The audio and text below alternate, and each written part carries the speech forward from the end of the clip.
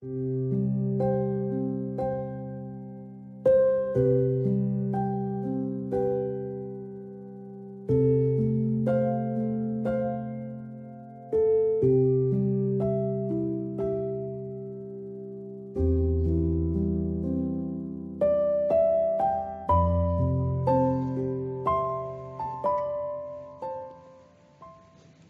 Bapak Ibu Saudara kasih dalam Tuhan. Senang sekali pada hari ini kita bisa kembali bersama-sama beribadah walaupun melalui online ya. Baik, gereja kita mulai minggu tanggal 13, 20 dan 27 Februari ini ibadahnya secara online semua. Tidak ada ibadah di gereja. Jadi semua mengikuti secara online. Puji Tuhan, mari kita akan berdoa terlebih dahulu. Bapa dalam surga, kami bersyukur terima kasih buat hari ini kami boleh kembali menghampiri hadirat-Mu untuk kami boleh beribadah. Biarlah kiranya puji-pujian yang kami naikkan, penyembahan kami berkenan di hadapan Tuhan, dan tiba saatnya kami akan merenungkan firman-Mu. Urapi hamba-Mu dengan urapan yang baru, sehingga setiap benih firman yang ditaburkan tidak akan kembali dengan sia-sia. Namun firman itu jatuh di tanah yang baik, bertumbuh dan berbuah. Terima kasih Tuhan. Segala roh-roh coba melemahkan kami tolak, kami singkirkan di dalam nama Yesus. Roh Kudus yang akan memimpin dari awal sampai pada akhirnya. Di dalam nama Tuhan Yesus yang berdoa. Amin. Ya, Bapak Ibu Saudara kasih dalam Tuhan, saya ingin menyampaikan firman Tuhan dengan satu judul, Aku adalah Alfa dan Omega.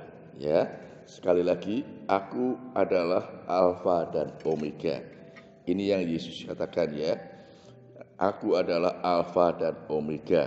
Di dalam Wahyu 1 ayat 8, Wahyu 1 ayat 8 di sana dikatakan, Aku adalah Alfa dan Omega, firman Tuhan Allah yang ada dan yang sudah ada dan yang akan datang, yang maha kuasa.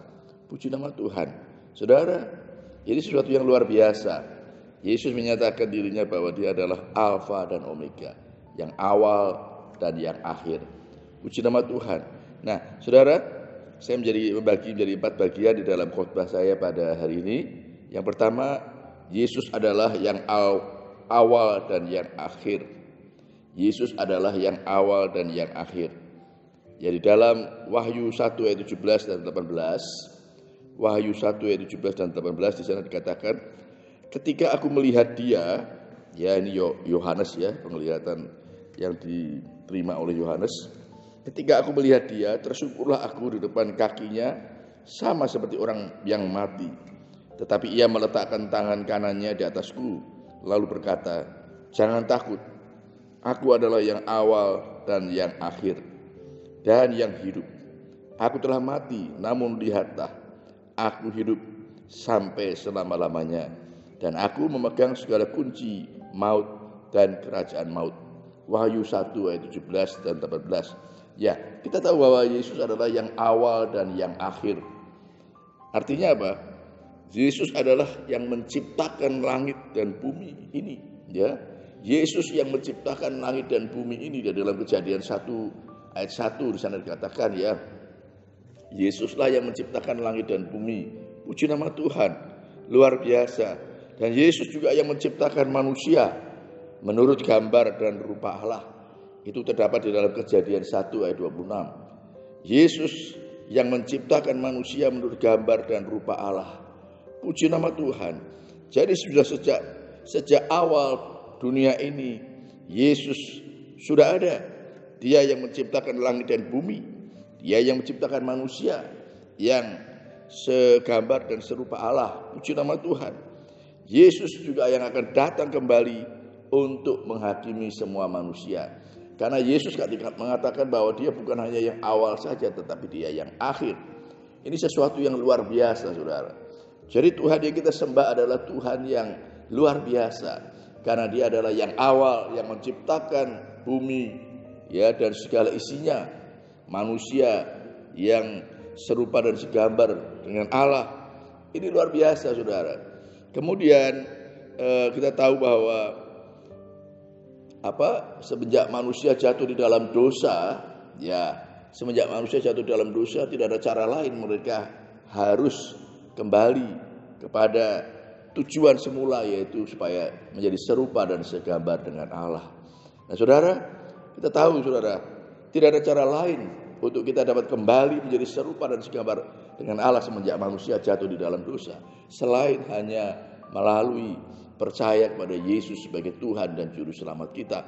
Puji nama Tuhan, Yesus yang akan datang kembali untuk menghakimi semua manusia, sebab Dia adalah Alfa dan Omega, yang awal dan yang akhir. Saudara, mari, jikalau kita sudah mendengar tentang hal ini, siapakah Yesus itu? Dia adalah yang awal dan yang akhir, Alfa dan Omega. Mari kita mau lebih sungguh-sungguh di dalam mengasihi Tuhan. Kita mau lebih sungguh-sungguh di dalam mengiring Tuhan, di dalam mengikut Tuhan, di dalam melayani Tuhan.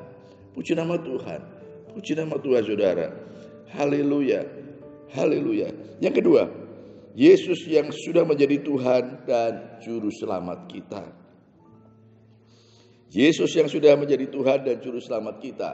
Ya, saya sampaikan tadi bahwa kita harus dikembalikan lagi kepada rencana semula Allah menciptakan manusia, yaitu menurut gambar dan rupa Allah.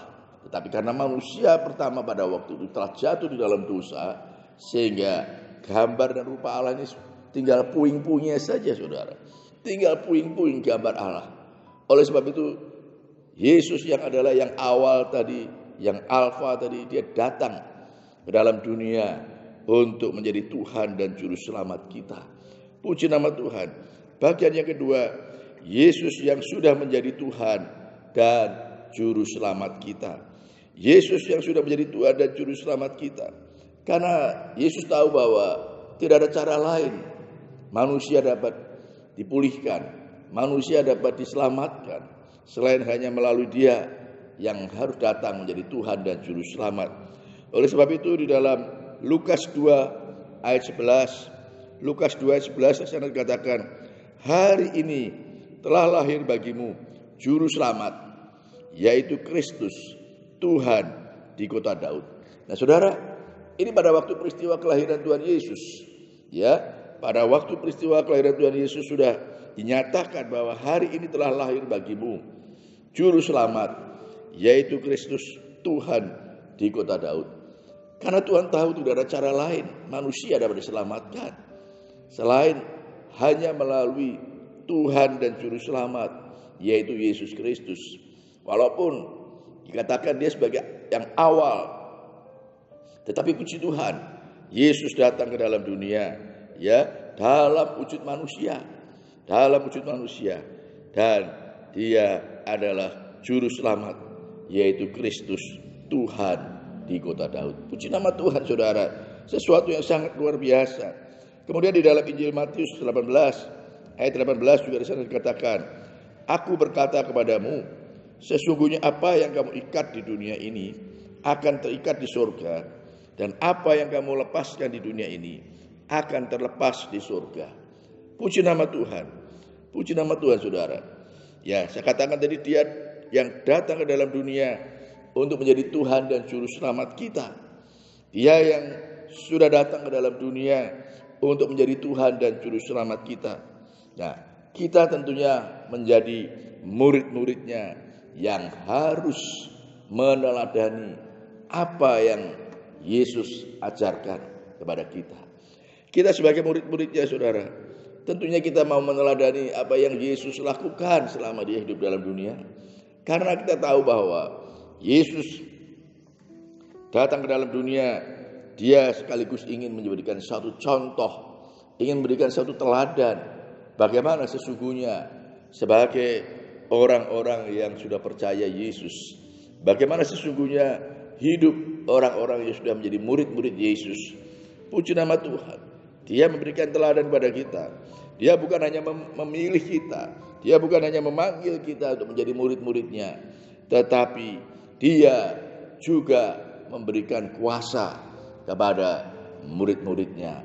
Tentunya yang percaya sungguh-sungguh pada Dia dan yang setia sungguh-sungguh kepada Dia.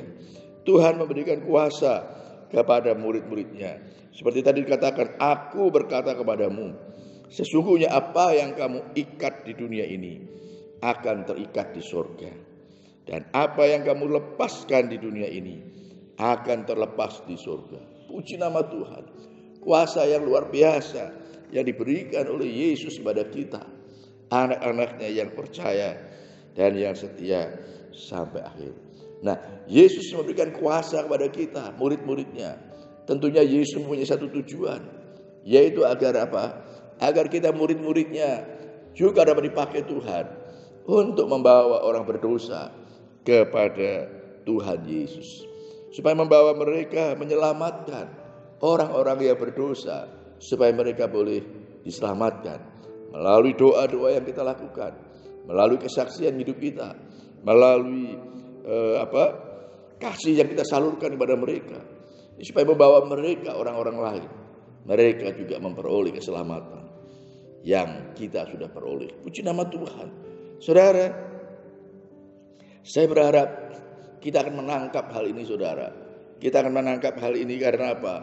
Karena ini adalah rencana Tuhan yang luar biasa bagi anak-anaknya, bagi umat pilihannya. Kita ingat, kita dulu adalah hamba dosa, firman Tuhan mengingatkan demikian, ya. Kita dulu adalah hamba dosa.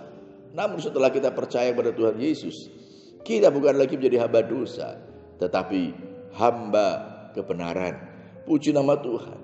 Kita dulu ada di dalam kegelapan, ya. Firman Tuhan di dalam 1 Petrus 1 dikatakan, kamu dulu dalam kegelapan, tetapi puji nama Tuhan, setelah kita percaya pada Yesus Kristus sebagai Tuhan dan Juru Selamat, kita tidak lagi di dalam kegelapan, tetapi kita sudah dipindahkan kepada terangnya yang ajaib. Kepada terangnya yang ajaib. Karena apa? Karena Tuhan tahu bahwa dunia ini dalam kegelapan. Dunia ini di dalam kegelapan. Dan dibutuhkan anak-anak terang. Dibutuhkan murid-murid Yesus yang akan membawa terang kepada dunia. Supaya mereka juga boleh dilepaskan, dibebaskan. Tidak lagi menjadi hamba dosa, tetapi hamba kebenaran.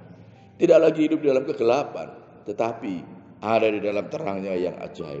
Puji nama Tuhan. Ini adalah sesuatu yang sangat indah, saudara, yang diberikan, dipercayakan kepada kita, murid-muridnya. Haleluya. Saya berharap tentunya kita akan menangkap satu tujuan Allah, ya, satu rencana Allah bagi kita, murid-muridnya. Kita tahu, ya, sudah sering saya katakan bahwa Tuhan menghendaki supaya semua orang diselamatkan. Tuhan menghendaki agar tidak satu pun orang yang binasa.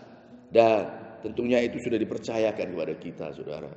Biarlah kita terus tidak jemu-jemu untuk berdoa, ya, dan mengasihi dan bersaksi. Doa, kasih, dan kesaksian kita. Saya percaya, saudara, melalui doa, kasih, dan kesaksian kita, ya, nanti tepat pada waktunya Tuhan akan ada banyak orang yang datang kepada Tuhan Yesus. Karena melihat, ya, melihat kesaksian hidup kita, merasakan kasih yang disalurkan oleh murid-murid Tuhan Yesus, dan juga doa-doa yang dipanjatkan, yang tidak jemu-jemu untuk terus berdoa dan berdoa. Puji nama Tuhan, saudara. Ini sesuatu kepercayaan yang Tuhan berikan kepada kita yang sangat luar biasa. Jadi, saudara, ya, Yesus yang sudah menjadi Tuhan dan Juru Selamat kita, Yesus juga sudah memberikan kuasa kepada kita untuk menolong orang lain, untuk membawa orang berdosa kepada Tuhan Yesus. Bagian yang ketiga, Yesus yang rohnya menyertai kita. Nah, saudara, kita tahu bahwa saat Yesus sudah selesai menjalankan tugasnya, yaitu sampai mati di atas kayu salib untuk menebus dosa-dosa manusia, dan kemudian dia bangkit, naik ke surga, menyediakan tempat buat kita yang percaya pada Tuhan dan yang setia sampai akhir hidup kita. Kita tahu bahwa saat itu juga Roh Kudus sudah diberikan kepada kita. Jadi tidak terkecuali, saudara, siapapun, mungkin saudara dari denominasi apapun dan gereja manapun, saat saudara sudah menerima Yesus sebagai Tuhan dan Juru Selamat, saat itu juga ada Roh Kudus yang menyertai kita. Rohnya Yesus yang selalu menyertai kita. Nah, Roh Kudus itulah yang akan menolong kita, di dalam kita melewati kehidupan yang dikatakan dunia ini sudah semakin gelap, dunia ini dunia yang jahat, firman Tuhan katakan demikian. Itulah Roh Kudus yang akan menolong kita, Rohnya Yesus sendiri yang tinggal dan menyertai kita. Puji nama Tuhan. Oleh sebab itu dalam 1 Korintus 3 ayat 16 Rasul Paulus mengingatkan kepada kita, 1 Korintus 3 ayat 16, tidak tahukah kamu bahwa kamu adalah bait Allah dan bahwa Roh Allah diam di dalam kamu? Saudara, sekali lagi, tidak tahukah kamu bahwa kamu adalah bait Allah dan bahwa Roh Allah diam di dalam kamu? Wah, luar biasa saudara. Setiap orang yang percaya kepada Tuhan Yesus, ya, murid-murid Tuhan Yesus adalah bait Allah, bait Roh Kudus, di mana Roh Allah tinggal di dalam diri kita. Puji nama Tuhan. Nah, itu tidak dimiliki oleh orang-orang lain yang belum percaya Yesus, yang belum menerima Yesus sebagai Tuhan dan Juru Selamat. Itu hanya diberikan kepada mereka yang sudah menerima Yesus, yang sudah percaya Yesus, sehingga tubuhnya adalah bukan lagi menjadi seperti tubuhnya yang lama, tetapi sesungguhnya ada Roh Allah yang tinggal di dalam diri kita. Sehingga firman Tuhan katakan bait Allah, di mana Allah tinggal di dalam diri kita. Nah, tentunya saudara, dari ayat ini saudara dari ayat firman Tuhan ini tentunya kita mau menghormati, ya, menghargai keberadaan Roh Kudus yang tinggal di dalam diri kita. Puji nama Tuhan. Saya percaya saudara, Roh Allah diam di dalam kita itu adalah roh yang luar biasa.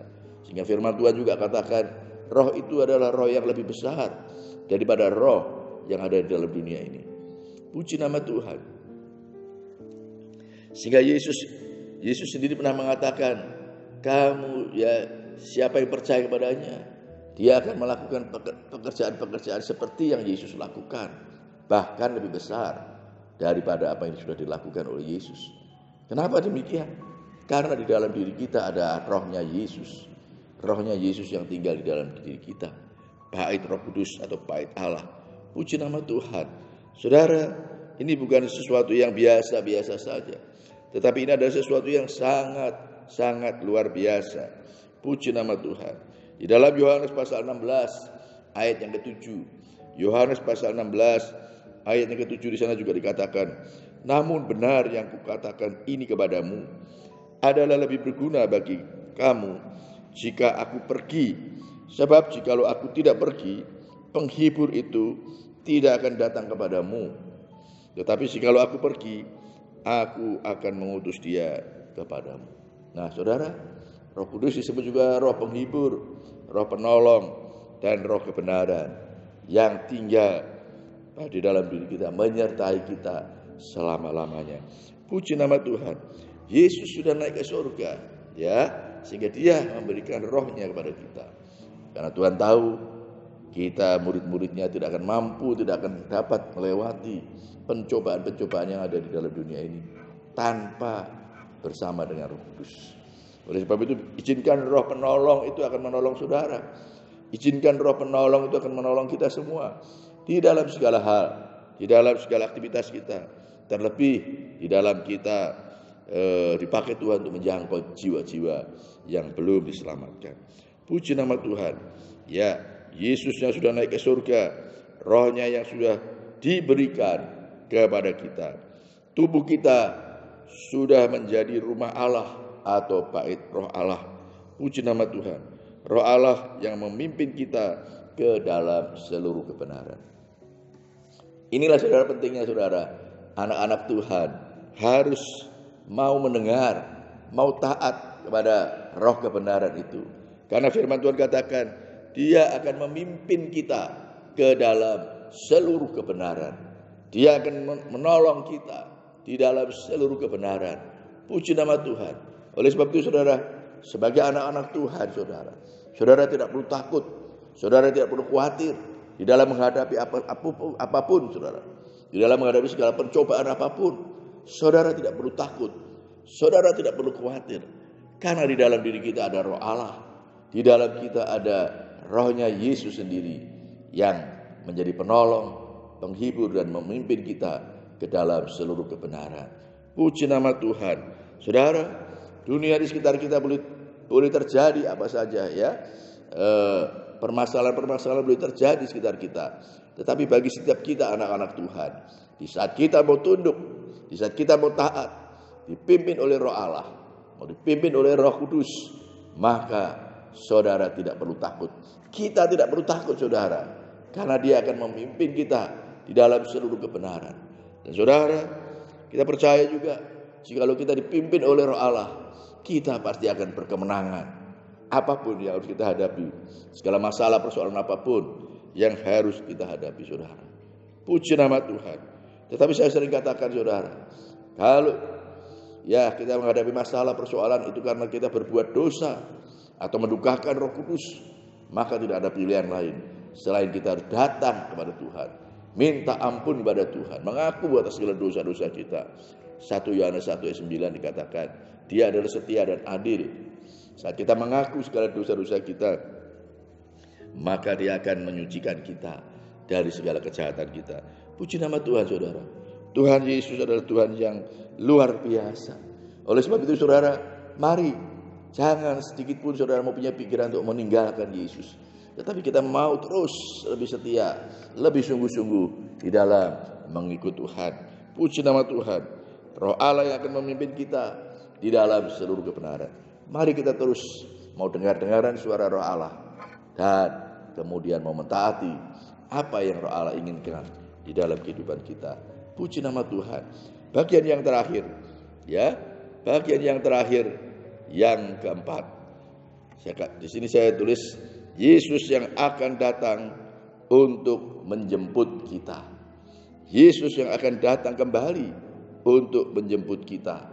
Wahyu pasal 1 ayat 7 di sana dikatakan, lihatlah, Ia datang dengan awan-awan, dan setiap mata akan melihat Dia, juga mereka yang telah menikam Dia, dan semua bangsa di bumi ini akan meratapi Dia.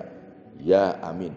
Saudara, ini berbicara tentang kedatangan Yesus kembali yang akan menjemput kita anak-anaknya. Dia akan datang di atas awan-awan, dan semua mata dapat melihat mereka yang menganiaya, mereka yang dulu menolak Yesus. Mereka akan meratapi. Ada satu penyesalan. Kenapa mereka tidak mau menerima Yesus sebagai Tuhan dan Juru Selamat? Kenapa mereka tidak mau percaya Dia? Saudara, waktunya sudah lewat. Nah, saudara, ini yang sangat penting, yang perlu harus diingatkan kepada mereka yang belum percaya pada Tuhan Yesus. Kesempatannya masih ada di saat kita masih hidup dalam dunia ini. Tuhan mau supaya semua orang diselamatkan. Dia akan datang kembali di atas awan-awan untuk menjemput anak-anaknya yang setia sampai akhir. Puji nama Tuhan. Demikian juga di dalam Kisah Para Rasul 1 ayat 11. Di sana dikatakan, dan berkata kepada mereka, malaikat-malaikat ini ya, malaikat-malaikat berkata kepada mereka, hai orang-orang Galilea, mengapakah kamu berdiri melihat ke langit? Yesus ini yang terangkat ke surga, meninggalkan kamu, akan datang kembali dengan cara yang sama seperti kamu melihat Dia naik ke surga. Puji nama Tuhan. Saudara, sampai malaikat mengingatkan kepada murid-murid pada waktu itu, di saat Yesus naik ke surga, mengingatkan, kenapa kamu berdiri melihat ke langit? Yesus nanti kelak akan datang kembali sama seperti yang engkau lihat. Puji nama Tuhan, saudara. Ini membuktikan bahwa Yesus adalah yang akhir, ya. Yesus adalah Omega, karena Dia akan datang kembali untuk menjemput kita, orang-orang yang percaya pada Tuhan dan yang setia sampai akhir. Dan di dalam Matius pasal 24 ayat 30 di sana dikatakan, pada waktu itu akan tampak tanda Anak Manusia di langit, dan semua bangsa di bumi akan meratap, dan mereka akan melihat Anak Manusia itu datang di atas awan-awan di langit dengan segala kekuasaan dan kemuliaannya. Puji nama Tuhan. Ya, dari ketiga ayat ini saudara mengingatkan bahwa Yesus akan datang kembali untuk menjemput kita. Puji nama Tuhan. Kalau peristiwa-peristiwa yang lain sudah digenapi, ya, mulai dari kelahirannya sampai kematiannya, sampai kebangkitannya, kemudian naik ke surga sudah digenapi. Dan satu hal yang masih menjadi pengharapan kita, yaitu Dia akan datang kembali untuk menjemput kita, anak-anaknya. Puji nama Tuhan, Dia akan datang di atas awan-awan di langit, dengan segala kekuasaan dan kemuliaannya. Sekali lagi saya katakan, akan ada banyak orang yang meratap, akan ada banyak orang yang menyesal. Mengapa mereka tidak mau menerima Yesus sebagai Tuhan dan Juru Selamatnya? Mereka menyesal, saudara, meratap. Ya, mereka yang menganiaya Dia juga meratap. Mereka yang mengolok-olok Yesus akan meratap, menyesal. Puji nama Tuhan. Inilah kesempatan bagi kita, saudara, untuk hidup kita harus menjadi satu kesaksian yang hidup bagi orang lain yang di sekitar kita. Puji nama Tuhan. Dia adalah yang akhir atau omega. Dia akan datang di awan-awan untuk mengangkat kita. Puji nama Tuhan. Dia yang akan membawa kita ke surga yang mulia. Di sana tidak ada sakit penyakit dan penderitaan lagi. Puji nama Tuhan. Luar biasa, saudara. Inilah menjadi pengharapan bagi kita semua di dalam kita mengikut Yesus, supaya tetap mengikut Yesus dengan sungguh-sungguh, ya, mengikuti apa yang dikatakan oleh Roh kebenaran, sehingga kita akan selalu berada di dalam kebenaran, segala kebenaran. Puji nama Tuhan, puji nama Tuhan. Tuhan Yesus memberkati kita semua. Amin. Mari kita akan berdoa. Bapa dalam surga, kami bersyukur, terima kasih buat firman-Mu pada hari ini. Sungguh kami dikuatkan, kami diteguhkan melalui firman-Mu. Kami diajar, dididik, diperbaiki melalui firman-Mu, Tuhan. Kami berdoa buat setiap kami yang mendengar firman Tuhan, kami boleh semakin diteguhkan iman kami. Kami tetap menjadi anak-anak Tuhan yang setia di dalam mengikut Tuhan, di dalam melayani Tuhan, sampai akhir hidup kami, Tuhan. Biar kiranya Roh Kudus, Roh penolong, Roh penghibur, Roh yang memimpin kami dalam seluruh kebenaran, yang akan menolong kami, sehingga langkah kami tidak akan pernah salah. Kami tidak akan pernah salah di dalam berjalan, karena kami mau dengar-dengaran suara Roh Kudus dan mau taat untuk melakukannya. Terpujilah nama-Mu ya Tuhan. Terima kasih Tuhan buat firman Tuhan hari ini. Biar kiranya firman ini tidak akan kembali dengan sia-sia. Firman yang jatuh di tanah yang baik, bertumbuh dan berbuah. Terima kasih. Segala roh-roh yang coba merintangi, menghalangi pemberitaan firman Tuhan, kami tolak, kami singkirkan di dalam nama Tuhan Yesus. Kami sudah berdoa. Haleluya. Amin. Ya, saya ingin menyampaikan pengumuman yang tadi pagi sudah saya singgung, ya, bahwa mengingat suasana di luar saat ini, ya, virus Omikron ini sedang merajalela, khususnya di Kota Malang. Oleh sebab itu kita mengadakan ibadah secara online atau daring tanggal 13, tanggal 20 dan tanggal 27 Februari. Jadi saudara, silakan ya mengikuti secara daring. Di gereja tidak ada kegiatan apa-apa. Kita akan tutup semua ya kegiatan-kegiatan kita. Puji nama Tuhan.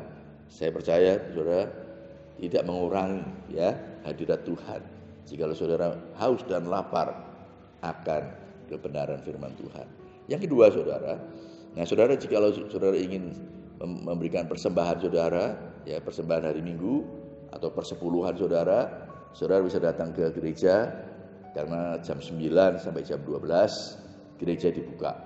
Gereja dibuka dan saudara bisa membawa persembahan saudara atau persepuluhan saudara. Puji nama Tuhan. Kemudian juga saudara, kalau saudara saat ini sedang sakit ya saudara, mungkin kurang sehat, ya memang lakukan itu secara online. Semua kita akan secara online ya, tidak terkecuali satupun. Saudara tetap gunakan protokol kesehatan yang ketat ya saudara, 5M saudara, ya menggunakan masker, cuci tangan, ya jaga jarak dan mengurangi aktivitas di luar. Ya saudara, saya percaya kita semua akan senantiasa dalam perlindungan Tuhan. Saudara tidak perlu panik, kita tidak perlu takut, karena ada Roh Kudus yang akan menolong kita, menghibur kita. Puji Tuhan.